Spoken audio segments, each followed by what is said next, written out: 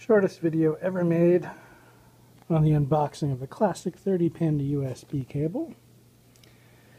Just picked this up because I've got an older device that uses it.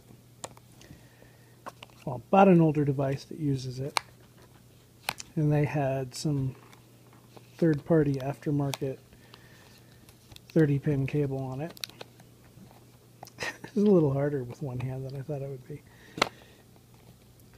And I'm a bit of a tweaker as far as the cords and cables that I use, and I need an Apple one. Alright, now we got that thing off. It should open right up. Dun, dun, dun, dun, dun, dun. Look, a little strap for it. Nicely wound up. 30 pin to USB.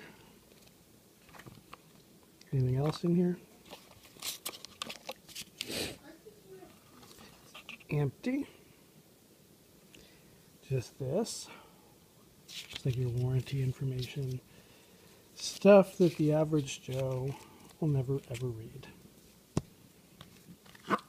Alright, thanks for watching this unboxing of a 30-pin to USB cable.